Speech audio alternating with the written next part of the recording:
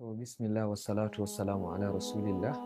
Da farko muhimmin abin da mutum ya kamata ya fara fuskantar watan Ramadana da shi shine anniyatul khalisa. Mutum ya kyautata niyyansa na fuskantar watan Ramadana. Shi kuma kyautata niyya shi ginshiki ne a cikin ibadu gabaki ɗaya. Manzon Allah yana ce innamal a'malu binniyati wa innamal likulli imri'in ma nawa. To manzon Allah sallallahu alaihi wasallama ya ce idan mutum yana azumi ba zai yi munanan maganganu ba, ko da ma zaginsa aka yi ya ce shi yana azumi sannan kuma sha'awa dama already an kame sha'awa, an ce mutum da rana duk wani abin da ya shafi mu'amala na sha'awa ko da na halal ma mutum ba zai kusanci wannan ba. Sannan kuma an ce da shi da sha mutum didde nisanci wannan. To idan muka lura za mu ga abubuwan da su ne wato makamashin da suke sa mutum ya saba ma Allah, duka Allah Ubangiji ya ce a kame waɗannan abubuwan saboda a fuskanci Allah tabaraka wa ta'ala. Da daddare kuma sai mutum ya zamo ya yi kama da annabawa wajen ƙiyamun laili da karatun alkur'ani da sauransu. To abu na biyu dai da ake so mutum ya fuskanci azumin Ramadana da shi shine at-taubatun nasuhu, tuba wanda yake mai kyau.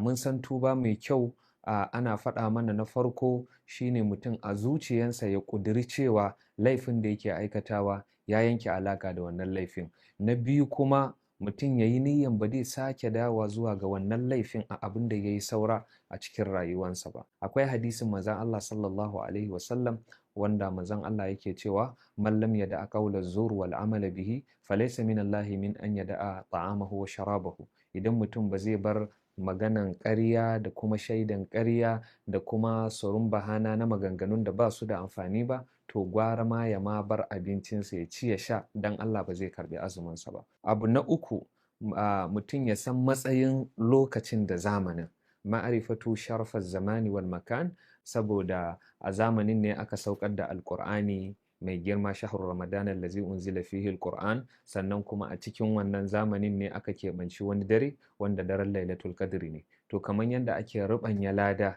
ma wanda ya bi Allah tabaraka wa ta'ala, to haka akan ruɓanya zunubi da mummunan sakamako ga wanda ya saba ma Allah subhanahu wa ta'ala. To mutum ya san matsayin zamanin da zai shiga da kuma lokacin da zai shiga da albarkan da yake da shi. Na hudu, mutum ya karanta cin abinci, at-taqlilu min at-ta'am. Manzon Allah sallallahu alaihi wasallam ya ce ma mala abnu adama wi'an sharran min batn, hasbabnu adama ko hasbubni adama luqaimatin yuqimna sulbahu. Ba wani abin da ɗan adam yake ɗauke da shi na jakkan sharri kamar cikinsa. Ya ishi ɗan adam wasu 'yan lomomi wanda zai karfafi lafiyansa da shi, idan ba makawa sai ya ci, to ya raba cikinsa kashi uku, kashi ɗaya numfashi, kashi ɗaya abinci, kashi ɗaya ruwa. To yana cikin abubuwan da ya kamata mutum ya fara fuskantar Ramadana da shi. In shi mai yawan cin abinci ne, ya karanta abincinsa. Na biyar, mutum ya san wato fiqhus siyam, shi ainihin azumin menene maksat ɗinsa, menene fiqhunsa, me yake so ya cimma cikin ɗan adam.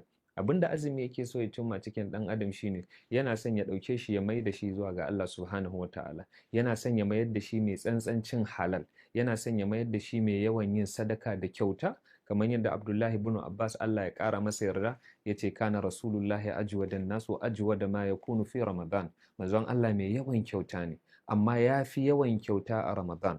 Kuma manzon Allah yakan yawaita kyauta kai ka ce iska ne wanda take wato iskan damuna a cikin watan Ramadan, kyautansa yana ƙaruwa, kuma da ma yawan ta karatun Alƙur'ani. Wannan duk yana cikin fiqhus siyam da ya kamata mutum ya fahimci. Shi azumi yana so ya kamo shi ne, ya sada shi da Allah subhanahu wa ta'ala, ya warware kullum da shaidan ya masa na nisanta shi da Allah subhanahu wa ta'ala. Wannan shine na biyar. Na shida cikin abubuwan da mutum ya kamata ya sani cikin fuskantar Ramadan shine wato saba ma rai da aikin alkhairi. Rai horonta ake yi kuma rainonta ake yi. Wan nafsu kadifili in tuhmilhu shabba ala hubbir rada'i wa in tafdimhu yanfatimi. Rai kaman jariri ne, idan ka raine shi ya shige shekara biyu zai shi gaba da shan mama, amma kuma idan an yaye shi zai yayu. To rai ana ta'awid ɗinta ne, ana horonta ne da rainanta kamar yadda ake rainan dabba ko a raini doki ko a saba wa mutum da wani abu. To rayukan mutane da ka samu kowace rai tana da ciwo. Abin da yake warkar da ita daga wannan cutukan shine sabar mata da aikin alkhairi. annafsu majbulun ala su'il adab wa huwa mutalabun bi mulazamati adab. Shi rai dama an halicce shi yana a kangare yake, amma kuma an nemi ya zamanto yana aikata ayyuka kyawawa. To a takaice dai waɗannan abubuwa guda shida ɗin na takaita mana da su ne ya kamata mutum ya fara fuskantar watan Ramadan.